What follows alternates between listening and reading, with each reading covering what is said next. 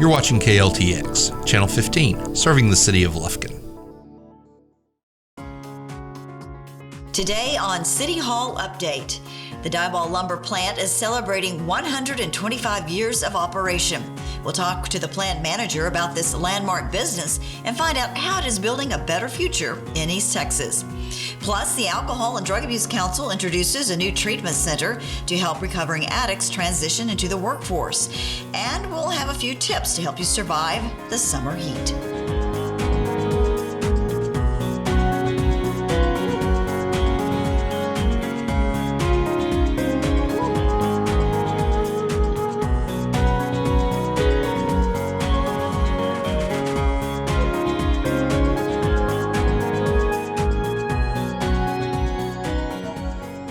Hi everyone, I'm Yana Ogletree and welcome to City Hall Update.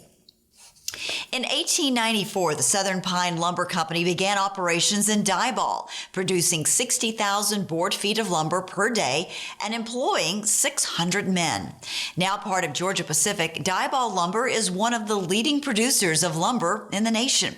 As the mill marks 125 years of operation in deep East Texas, plant manager Danny Wright joins us to take a look back at Diboll's lumber legacy. Please join me in welcoming Danny Wright to the show. He is the plant manager for Diboll Lumber and actually new to the position, but not new to the company or the industry. So Danny, tell me a little bit about your experience. Okay. Yeah, I guess I've been at Diboll as the plant manager for probably about 6 months currently. Spent a previous 3.5 years there, back from 2015 to 2018. So not new to the mill, but new to the position, I guess. And you came from Camden Lumber. I did. I spent 21 years at Camden, both in the plywood mill and the lumber mill.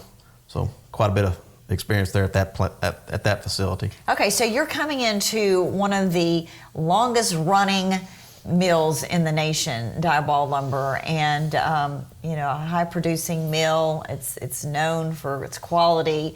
Efficiency. That says a lot about your skills to come in and run such a facility. Tell me what is produced at Diboll Lumber. Right. Yeah, I'm very proud to be working at Diboll Lumber. It's a full-dimensional, full-length sawmill, so we produce everything from a 1x4 to a 2x12, 8 foot to 20 foot in length. So basically every product a full-dimensional random length mill produces, we produce there at Diboll. Yeah. So. How much volume do you have? Let's talk about like log trucks. How many log trucks come through there a day? Okay. Typically, we run about 130 log trucks a day. That's what it takes to produce a day's worth of volume there at Diboll. Roughly 230 to 240 million board foot total per year. So it's a pretty large mill. Yeah. Quite a bit of volume. So you talk about that volume. It must take a lot of employees to keep the mill going. It does. A lot of very high-valued employees. We generally have about 180 employees total. 150, 155 hourly employees. About 30 salary. Yeah. It seems like there are a lot of employees there who come from. Their parents have worked there. Their grandparents have worked there. Is that true? Do you see a lot of people who? Yeah, we've got several generations of multi-generation employees. I was talking to a guy just this morning.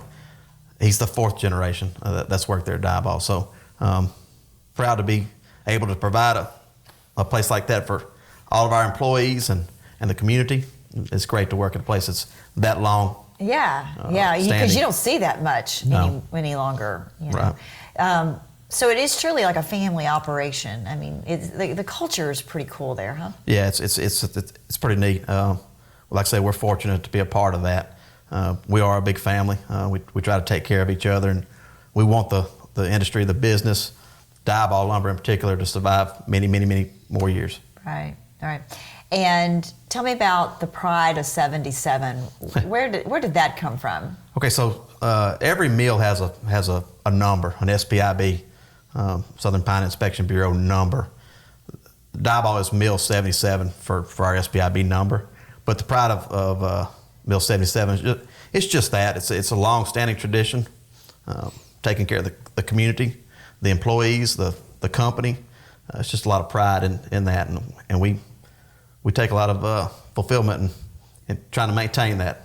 Yeah, absolutely. I mean, you see it. It's printed on things. The Pride of '77. It's actually on the mill itself, out there. Yeah. A lot of you could feel that. You could feel that with the employees there. So is the mill 24/7? How does the mill run? Yes, it is. It's a 24/7 operation for the most part. Parts of the mill run 7 days a week, 24 hours a day. Other parts only run, basically Monday through Friday. But there's always things going on. There's always people working. There's always challenges. So a lot of me and a lot of my team are responsible 24 hours a day. Yeah. So it's a lot to keep up with. Does the mill still look the same as it did 50 years ago, or is technology changing in wood manufacturing? Technology is always getting more and more advanced. The mill does not look like it did 50 years ago. The latest equipment we've got several pieces of equipment that are really new within the last year, but majority of the mill was rebuilt in 1999, so it's coming up on 20 years old technology, but it still functions very well. We've maintained it well.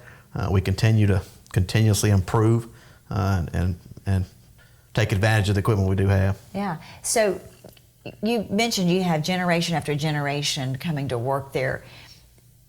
Has the skill set of the employee, or what you need in an employee, has that changed? Are you looking for the same people that you had, or the same skill set you had 10 or 20 years ago, or are you looking now toward more technologically advanced skills? Right.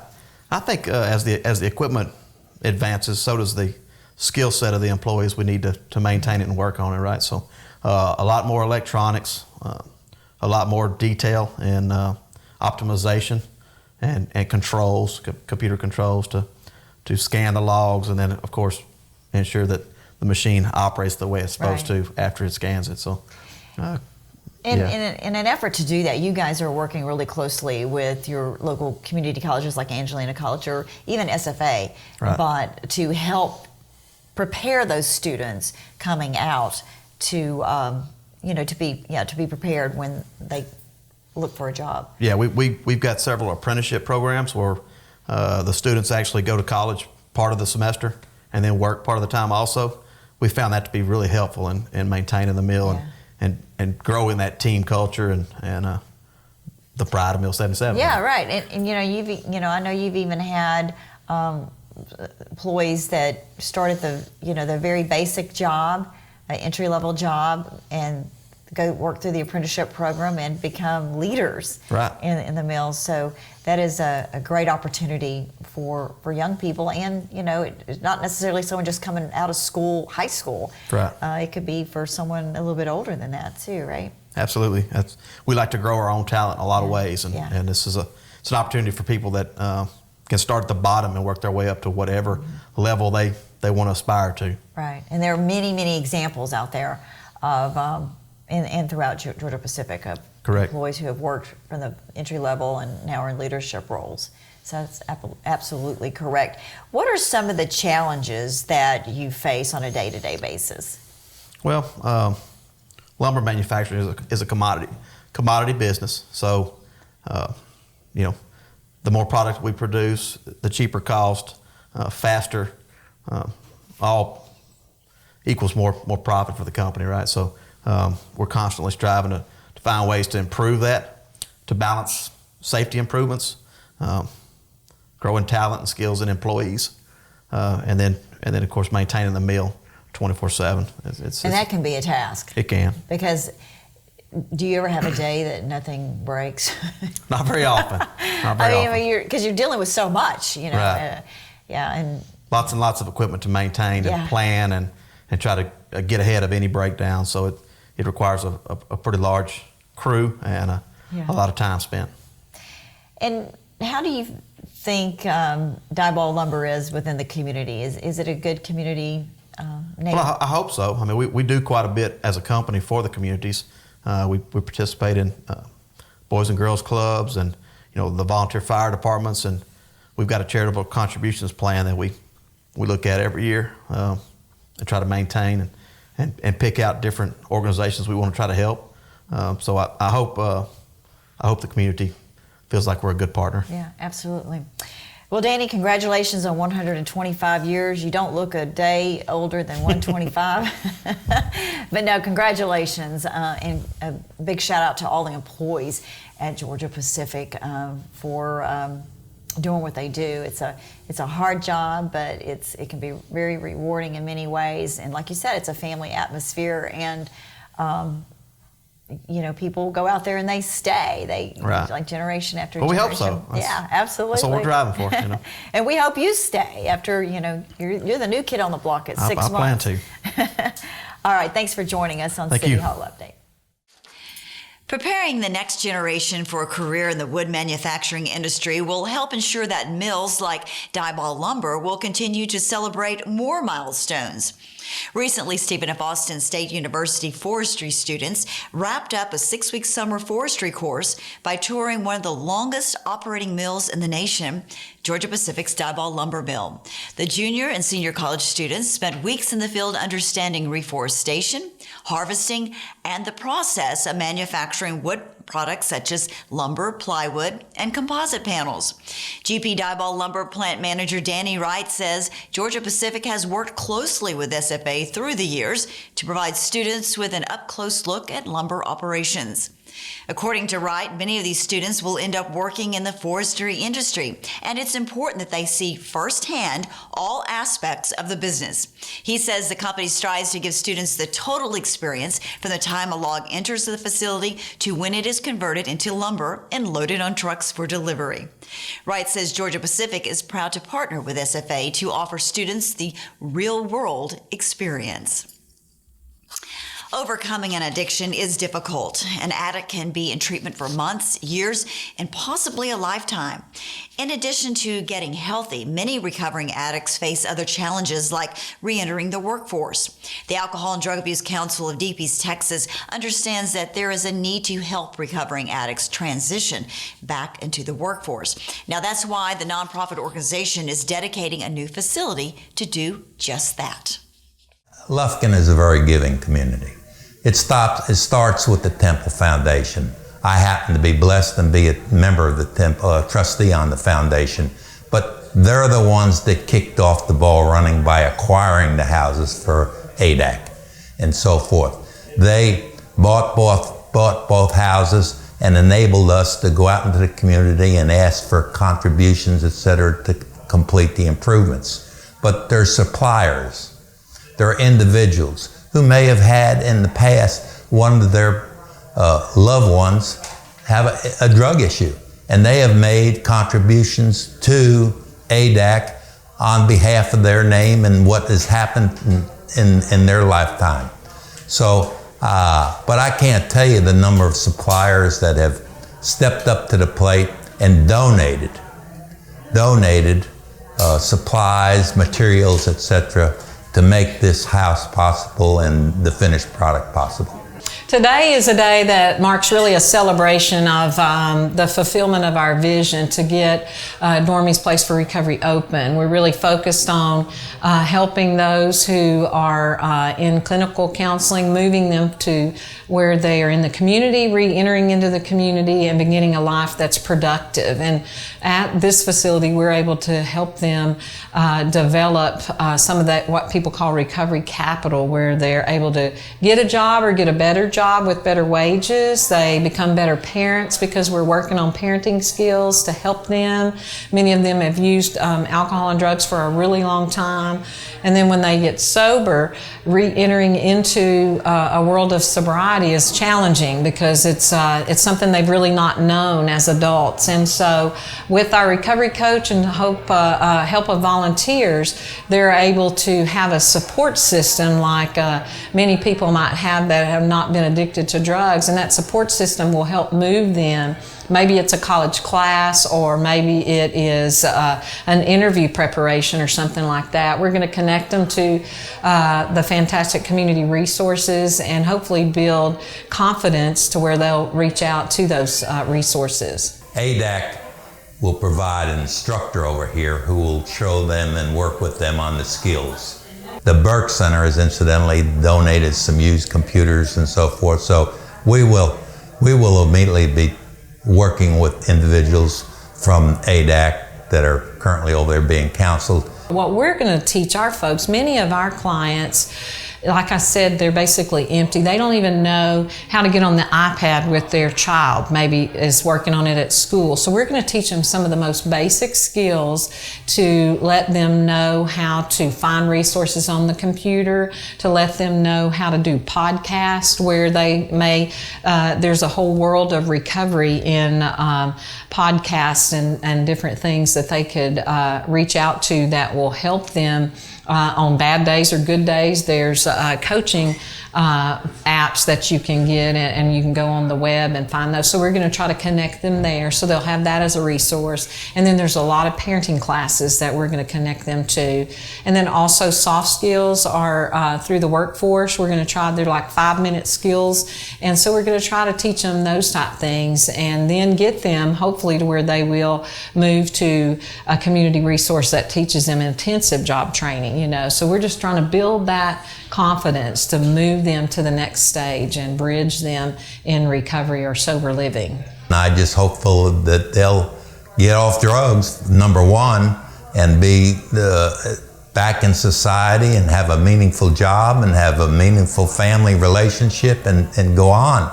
It is amazing, and the sober living is going to be separate but a part of what we do here at the Alcohol and Drug Abuse Council. And because it's a continuum of care is what we call it in the counseling field, is that, you know, someone starts where they have they're addicted and they're in full-blown using and they want to quit, and then we continue that care, you know, and house these people. They'll be there and be able to live independently but housed there. So many of these folks come and they have no place to live, and maybe they live with someone who's still using, which puts them at risk to, you know, relapse, or they have nowhere else to go, you know, or they're in an abusive relationship and they have to go back to that, or they have children, they got to place them. So we're really trying to meet them where they're at on that continuum and serve them, you know, in whatever the way they are. And this campus is just a result of the wonderful community here, from the TLL Temple Foundation to the Giving People with the Dormsteaders and our county and our district judges, and, you know, those, we just all have come together to accomplish this goal, and you see the fruits of those partnerships. For more information on the Alcohol and Drug Abuse Council or Dormy's House, visit them online or call the number on your screen. Chances are you have a loved one or know someone who is living with Alzheimer's. In fact, there are now more than 5 million Americans trying to cope with this disease. And when you take into consideration the caregivers dealing with Alzheimer's, the number escalates to 380,000 families. The Alzheimer's Association needs your support as it raises awareness and funds for Alzheimer's care. It's called A Walk to End Alzheimer's. Crystal Capps with the Alzheimer's Association joins us now to tell us how you can get involved. Please join me in welcoming Crystal Capps to the show. She's the executive director of the Alzheimer's Association right here in East Texas, and it's a busy time of year for Crystal and the organization. It's fundraising time and raising awareness about Alzheimer's that is touching so many people's lives. So tell me about your organization. Well, the Alzheimer's Association, we're the leading voluntary health organization in care and support. We offer a 24/7 helpline to anyone needing general information, care consultations, etc. And we offer that in 200 different languages. We provide support group training to facilitators, and we help put those together in the care aspect and support aspect. And then we offer several education programs online and through, me and volunteers as well. We're also the world's largest nonprofit funder of research for Alzheimer's and dementia. And then we're also the leading voice in advocacy. So we do all of that with funds that we raise and volunteers that we train. And you're doing all that because Alzheimer's is on the rise. And I just mentioned some numbers.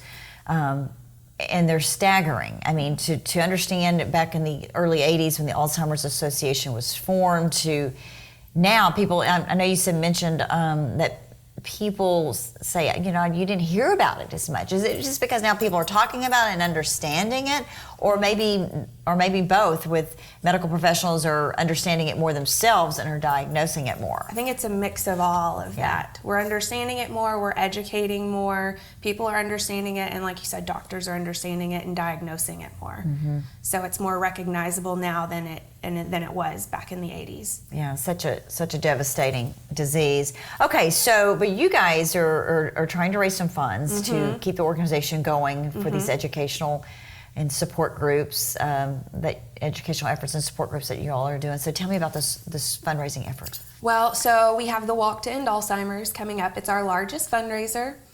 We have two here in East Texas, Lufkin and Nacogdoches. Lufkin is coming up October 5th. And so it's a 5K walk. We walk around the lake out at Ellen Trout Zoo. That's a nice walk, too. It is very nice. Even ground, so strollers, kids, dogs, everyone is welcome. October 5th, we'll start at 9 a.m. We have a little ceremony, which is really cool because you can I think it brings everyone together, and you can see the different aspects, because not only people who are diagnosed with Alzheimer's are affected, but their families are as well, whether it be in a caregiving situation or it's just my grandmother forgot me, you can look around and see that you're not alone, and I think that's a really big deal, to not feel like you're alone in this. And so we do that, and then we kick it off and we walk. It is a 5K. The length of the trail itself is a mile, so it's kind of up to you how far, how much you want to do. You want to make two rounds? Right, you can do that, or you can make one, and then you can start fishing. It's totally... Yeah. It's not a race. It's just a casual walk. No, you're not going to qualify for anything afterward.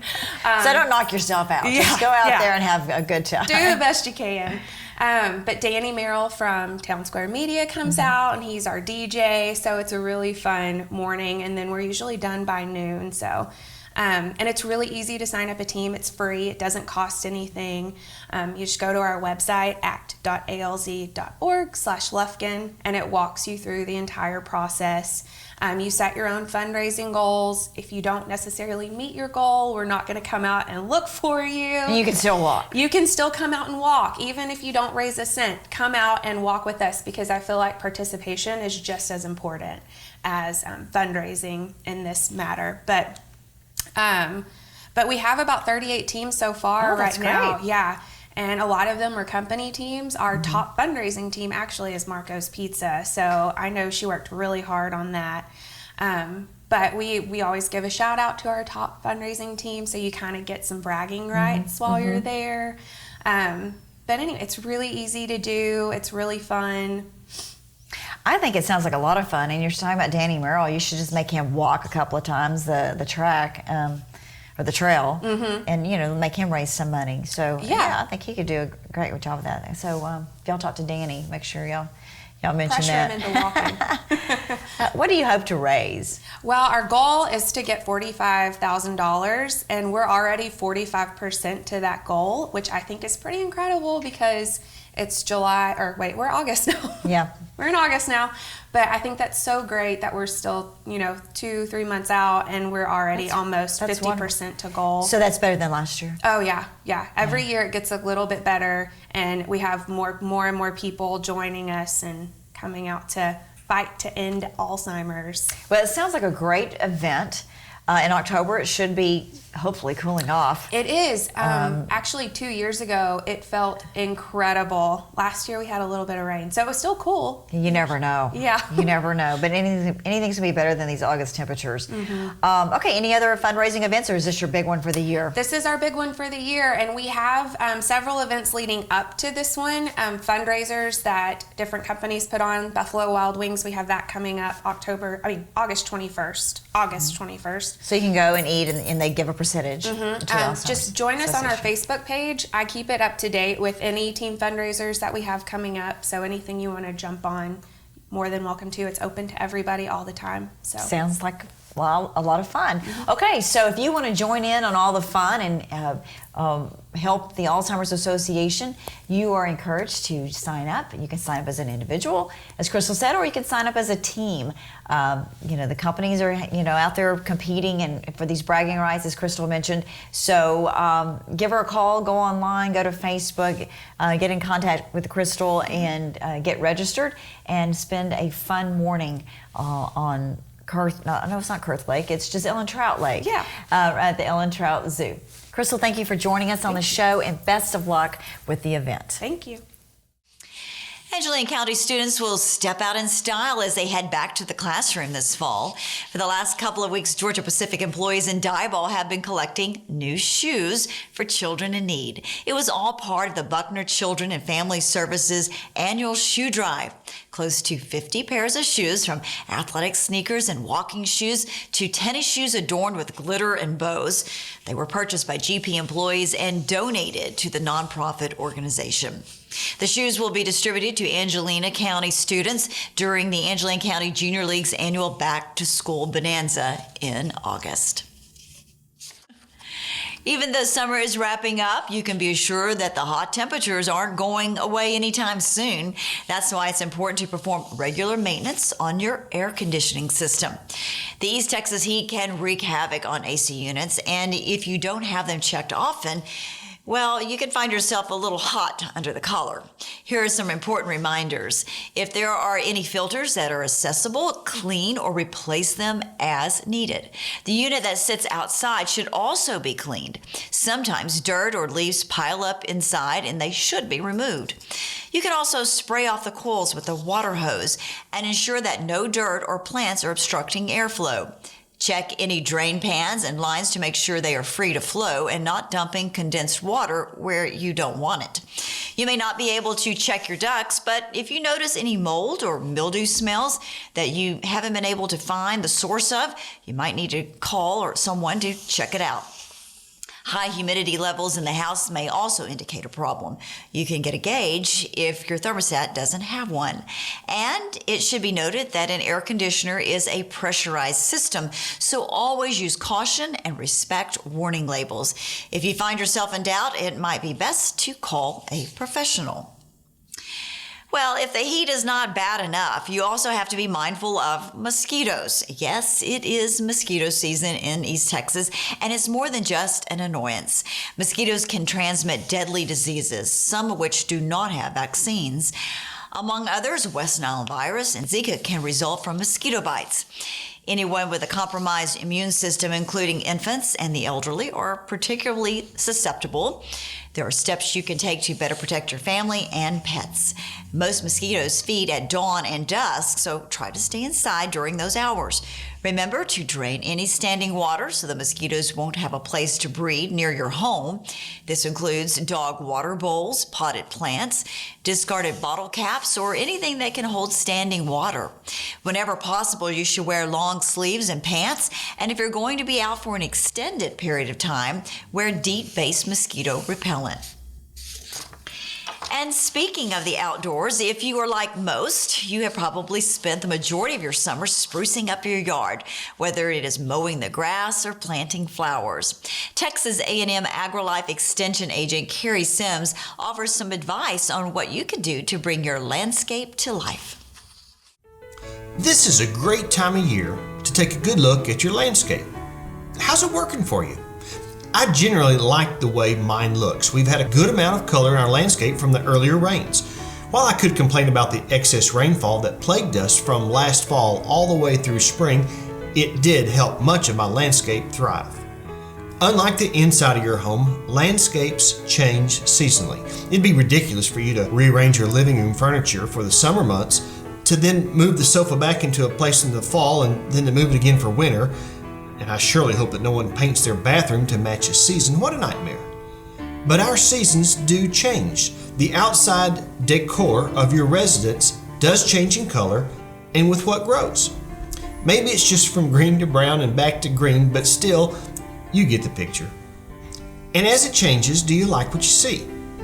I think everyone gets excited about spring blooming plants, but fall is yet another time that we can have lots of color. Next time you drive up to your house, Park at the curb with the air conditioning running and take a good look at what your neighbors and the passersby see. Is this what you want to show? How's the irrigation working? Are there bare spots or are there cluttered areas? Shrubs can get overgrown and they certainly do have a lifespan. Are they needing to be replaced? Are there bare spots that need to be filled? Vegetable gardeners, that is, good vegetable gardeners, are thinking ahead to their fall garden with some longer maturing varieties already in the ground. How's your hardscape? Hardscape is your sidewalk, fences, borders, or other parts of your landscape that are not plant material. Do these need updating? Take a good look at your backyard. Is it the family retreat, the entertainment center, or the kid-friendly play zone all that you want it to be? What do you need to add or remove? Are the beds manageable? Do you need to add more structure like walkways or an arbor or a deck? I really want a new walkway and arbor with a water feature. Something simple that I can do myself, and I already have it mapped out for this fall. For those looking for a simple change with plant materials, there's a number of annuals to add as the seasons progress. I've never really gotten into planting annuals myself, except for the vegetable garden. I don't like the idea of planting something that I know will be gone in just a few months. It seems as though I'm always looking for perennials, perennial plants, shrubs, or even a new tree that will provide a change of scenery as we move through the months. Adding perennials can be a huge change as they can grow quite large, they can multiply and cover a significant part of the landscape. For the record, fall is the best time to plant trees and shrubs as well as many perennials. Looking ahead, I just can't imagine that we won't continue our typical hot, droughty summer. There should be no doubt that our hot, dry summers are the hardest time of year for yards, for gardens, orchards, and fields. So let's irrigate and get through this summer's heat and probable dry weather and make plans for changes come this fall. For the Texas A&M AgriLife Extension Office in Angelina County, this is Kerry Sims.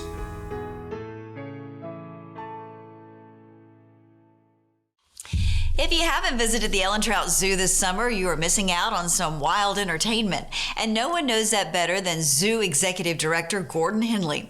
Once again, he joins us on the show with a surprise guest.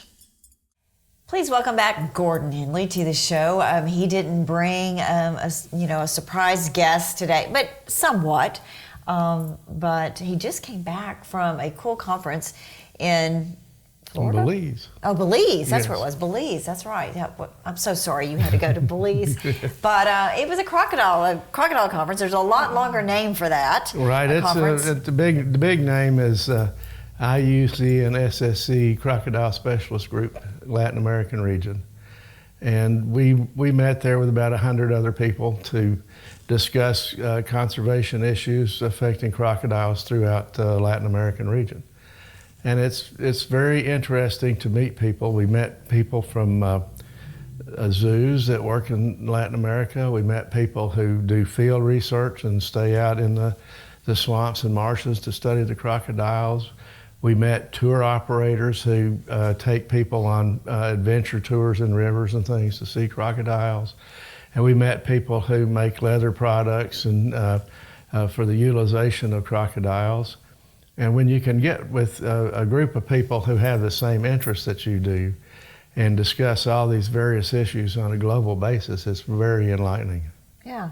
So you mentioned people who make using the crocodile skins. Right. I mean, how does that make you feel? You're here talking about conservation of crocodiles. Right. And conservation in this international sense has to do with social issues, economic issues, people and the animals and the environment. And so when you put an economic incentive, and when we look at some of the third world areas that these research projects are going, and you're interested in conserving a crocodile, and the people who live there think they're a nuisance and a pest, then you have to make it valuable to those people. And when you can have what's called sustained yield utilization, which is very much what we do with the timber products here. We cut the trees and we plant new trees. We have perpetual forest.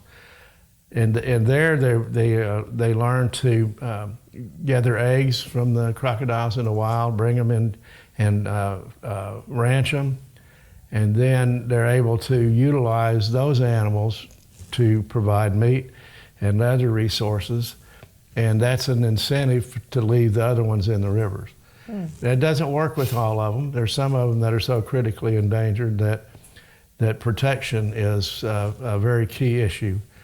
But crocodiles, when I first became really interested in them, they were critically endangered. The American alligator was on the brink of extinction throughout its range here in the United States. So laws were enacted. In fact, in 1969, Texas enacted a law to protect alligators in the state of Texas. Since then, with management practices, and an animal like the alligator produces a lot of eggs, and if you can protect them, get the nests and bring them into a managed situation so you can ensure the survivorship of most of those offspring, then you can bring it back. And today, alligators are no longer endangered. They're still protected, but there are places in which that you can buy the skins. You can make leather goods. There's meat. You can go in places in Lufkin and buy the meat. And the alligators are still going to always be here because people work to conserve them. And that's some concepts about conservation that are not really discussed a lot, that utilization is necessary. But Can you hunt alligators, though? you have to have a license to do that. Okay. Now, I personally am not going to kill one, but I do understand the basis for that. Okay, so who did you bring here? Well, we brought an interesting animal. It's the Komodo dragon is what we were going to discuss, and it is the largest lizard in the world. It is found on 4 small islands in the Pacific Ocean between north of Australia and south of mainland Asia. They get up about, I think our male that we have on exhibit is pretty close to 9 feet long. Oh, wow. And they can weigh between 150 and 200 pounds, males. Females top out about 6 feet and maybe weigh 75 or 80 pounds. So you can, when you see a male, you know the male, but you can't always tell the female since males obviously go through a growth area that makes them about 6 feet. They have very sharp teeth. As you can see, that they are very knife-like and serrated. Yeah. And they produce a severe bite. It's really sharp. For a lizard that size, they don't move real fast. And so they have to have some ways of capturing prey. And Well, they definitely have it. they do, and they have a nasty bite. What they will do, the primary food is deer, but they eat carrion, and there's also water buffalo in the area where they live. And they will approach one of those animals and bite it on the leg and then back off. And there's certain uncertainties about Komodo dragons bites. It's been known for a long time that when they bit something, it would go off and die, and the assumption, and maybe some of the research behind that, was that when they feed on carrion, they get massive amounts of bacteria that accumulate in the mouth around the gums and teeth, and when they bite something, that creates a big massive infection. Oh. And the lizard that bites the buffalo or the deer will just follow it. And eventually the prey item dies from its infection, and then the lizard will eat it. Gordon, I'm sorry, that's just not a lizard. Well, it's you can't call that a lizard. The most common name is Komodo dragon. It's also a Komodo monitor. And recent studies are showing that it produces a pretty severe anticoagulant that causes a lot of bleeding. Oh. And there are people who are working to determine whether it's a venomous lizard or not. And it's probably not venomous in the sense that you would say a rattlesnake is venomous or a spider. But if it has ways of producing various enzymes that do this anticoagulant, then it could be venom could be further defined as beyond what we currently think of it. I'm aware of several bites from these things that were all in human care situations, and nobody died from any of those bites, but they all had massive blood loss. And so it's something that would be very severe. And you can see the size of the animal and the teeth, and so we have to be very careful working around. So how old is this one? Well, this one, I can't tell you exactly the age on this one. The ones that we have at the zoo are over 20 years old. So they live a long time. They live a pretty good long time, yes. How many do you have? We have two. We have a big male and a female. Okay. Well, the Komodo dragon, I'm glad you didn't bring one in. Yes, well, I told everybody that we were going to talk about Komodo dragons, go load one up. And they didn't jump on that? They didn't go get load it up in your truck? They told me the truck had a flat tire and the crate had a gate missing on it. Well, Gordon, you tend to migrate toward, alligators, snakes, lizards. What about those little furry creatures that you have out there? Oh, they're great too. In fact, little native furry critters that I like a lot are raccoons. And we have several at the zoo, and we have one that's an ambassador animal. And then we have a retired ambassador raccoon, who's one of the oldest raccoons that we know of. And they're very interesting native mammals because they have the little masks, as everybody's aware, and ringtail. So they have a lot of color and makes them interesting. Another is the opossum. They're very cool because they're the only marsupial in North America, which means the babies are born premature and go and live in a pouch. A baby opossum is probably about this big when it's born. Oh. And it just migrates up and gets in the pouch where it feeds until it grows up. Then the armadillo, the very common armadillo that we see all over, is another very interesting animal because when it reproduces, it has 4 babies. And all those babies are the same because it'll have one fertilized egg that will divide, and then it will produce 4 segments that separate. Always 4? Always 4. And then they develop, and because they come from the very same initial egg, they're all identical clones. So they're all going to be 4 males, or they're going to be 4 females, and they're all going to be genetically alike. Huh. And those are some things that make a lot of the animals that we have right here in East Texas very interesting. I didn't know that about armadillos. We tried, last month we talked about the lemurs, and I couldn't get y'all to bring a lemur in either. So, well, we did that one time at the TV station. Uh-huh. And then we looked up and saw the things that you see here. And the lemur was up there? No, the lemur didn't go up there, but we had second thoughts when we thought we'd have to go up and climb really those rafters. Scare them, yeah. Well, Gordon, it sounds like it was a very eventful conference for you. It was. You bring back a lot of information. And so thanks for sharing this information on the Komodo dragon with our viewers. So next month, I'm thinking we might have something furry and lovable and, something that it's, Absolutely. Yeah. Well, no, it doesn't have as bad of teeth, No. Gordon, thanks for joining us. Thank you. I always enjoy it.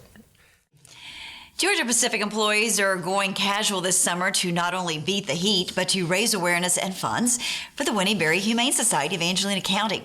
Each month, the Diboll Regional Office selects a nonprofit organization to support its Jeans with a Cause event. Employees can help fund local organizations by contributing $20 to wear jeans on Fridays. Last month, the employees chose to support the Humane Society and the countless number of homeless dogs and cats within their care. Recently, Georgia Pacific presented a check of approximately $800 to the executive director of the Winnie Berry Humane Society of Angelina County. Central Junior High School has the distinction of being only one of 5 schools in the nation to be chosen by NASA to further a design that was submitted to the NASA Wear competition. The team of students designed a helmet and a spacesuit that would be more resistant to deep space radiation, one of the greatest challenges that will affect astronauts that leave the protection of the Earth's magnetic field for destinations like the Moon or even Mars. As part of their reward for their design being chosen, the team received an all-expense paid trip to Langley Research Facility. If all goes well, their design could eventually become prototypes and be incorporated into hardware that will be worn by astronauts in the near future. Meanwhile, it's called War of Blood, and it is the second book in a series written by local author Jocelyn Jackson. Please join me in welcoming Jocelyn to the studio as we learn more about her new book. We are thrilled to have Jocelyn Jackson join us here on City Hall Update. Well, she's actually the author of these 2 great books. Lots of talk about your books. I know Josh here in the studio, he's got his marked where he's reading on his, and he was telling me earlier about how interesting the books are. So, Jocelyn, thanks for joining us here on the show. Thank you for having me. Well, we're glad to have you here. Tell me about your books. Well, they're young adult novels from age 15 and up. Anything younger than 15, I'd kind of worry, but they're pretty perfect for the high school level. They're a Christian-based novel with kind of darker undertones. They've got shapeshifters in it, they've got vampires in it, but it's the traditional vampires that you see, like the coffins and the scary stuff like that.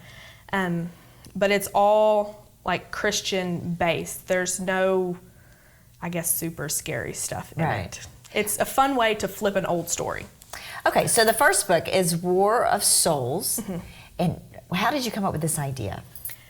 Well, I actually didn't come up with this idea alone. When I was young, me and my best friend used to have this world called Atlantis, where we like pretended we were characters in this world, and the characters in my book are actually some of the characters I pretended to be when I was like 6, 7 years old. So that's where it came from, the original idea. Of course, when I got to the end of War of Souls, I rewrote it because I realized it would need to be a trilogy instead of an original one, but that's a kid's imagination is where the idea came from. And that's crazy. If you think about when you were 6 or 7 years old and you're playing, make-believe, and you have all these characters, that one day it would turn into a book. I would that's pretty cool. Never thought that was possible. Like, never pictured me being a writer at all. And how long did it take you to write your first book? My first book took 4 years to write, and I hand wrote it in notebooks because I didn't have a laptop at the time. So I hand wrote the entire thing, and then my husband decided that, okay, if you're going to do this, you need to actually have a laptop. He bought me one, and then I rewrote the entire thing again into what it is now. Oh, wow. I wonder if a lot of authors start out that way, just kind of I feel handwrite like it. they do. Most authors that I know personally have started from, like, they were kids and they just kind of journaled stuff in, and then eventually got to the point where they wrote a novel. But I never thought I would be an author, like, ever. Did you go to school around here? Yes, I went to Central High School. Okay, so I went to Central my whole life. So you must have had a pretty good English teacher. They were pretty awesome. Miss Weathers was the one that encouraged me the most, even though I just thought she was full of it at the time. She kept saying, "You're a really good writer. You should write." But I was like, "Nah, that's not for me. I'm not going to do that." So yeah. So I know your educators are very, very proud of you. So after you write the book, do you have someone proofread it? What is the process? Yes, ma'am. Because I'm self-published, I don't have the publishers like editing agencies that they'll use. I actually just ask friends to help out. My sister-in-law, Miranda Brooks, she would go through and find all the grammatical errors that I did because there was a ton of them. And then my cousin, Abby, now Nettles, was Brooks. She will go through and find all the plot holes and things that don't really make sense or places that I can put more information in. So. Yeah. So you mentioned grammatical errors. You don't think of a writer just having a ton of grammatical errors. Tell me about that. Maybe other writers don't, but I do. Growing up, I was not very good at English ever because I couldn't do like how you fix the sentences and you find the errors. I was never good at that. I can't even spell. It's really bad because I'm actually dyslexic. And so that's one of the reasons I never thought that I could be a writer, even though everybody said I was like a really good writer. I didn't think that was an option for me. That's interesting that you're dyslexic and you can write two fabulous books. That's a true success story that you should share with kids in that program, because a lot of times I have a son who's dyslexic, and they really get down on themselves and start doubting what they can do, and so that's a great story to share. Yeah, it wasn't until after I finished War of Souls and people read it and they're like, hey, this is a really good book, like you're really good at this, that I realized that no matter if I do spell a lot of things wrong, I can have somebody help me fix it, but it's more the story that matters than the grammatical errors that are in it. Right, it's got to be a great story. Yeah. And I can tell the story, it's just might not be spelled correctly. Okay, so then after that, you had War of Blood, and this is the second in the series. Tell me about that one. It's just... War of Blood, it continues on Victoria's quest to end the fight over the human soul. It goes more into backstories into some of the characters, and you get to see most of our villains in this book, whereas the first one you just saw one and a few little dabbling stories in it. Okay, and so when did these books go on sale? War of Souls went on sale June of last year, and War of Blood just went on sale July 12th of this year. And how can someone get a copy? You can buy it locally at Absolute Fiction. She holds all of my books, and she actually has a few signed copies left. And you can buy them on Amazon, just searching for the titles and then my author name. Okay. And how much are your books? I think this one's sold for $14 now, but this one's still priced at $15. It's like $14.99 actually. Yeah, and it's not just a real big book, so it looks like it could be an easy read. It's pretty easy. Most people say that the better readers get through it within a couple hours, but even my father, who doesn't read at all, ever, I don't think I've ever seen him read a book, got through my second one in 4 days, I think. But he also said it's because it was really good. I was going to say, because that's a good sign if people can get through it so quickly, because they just can't put it down. Because he said that he was making breakfast and had it and was stirring his eggs and stuff and reading. And well, I know they were proud of you. He's pretty ecstatic about it. Okay, so if you would like some more information or want to get a copy of this book, you can check it out on Amazon or at the Absolute Fiction bookstore. Absolute Fiction. Where is that located? That is on the Loop over next to 94. It's, I think, the only bookstore in Lufkin currently. Okay. So I actually just had a signing there. Oh, cool.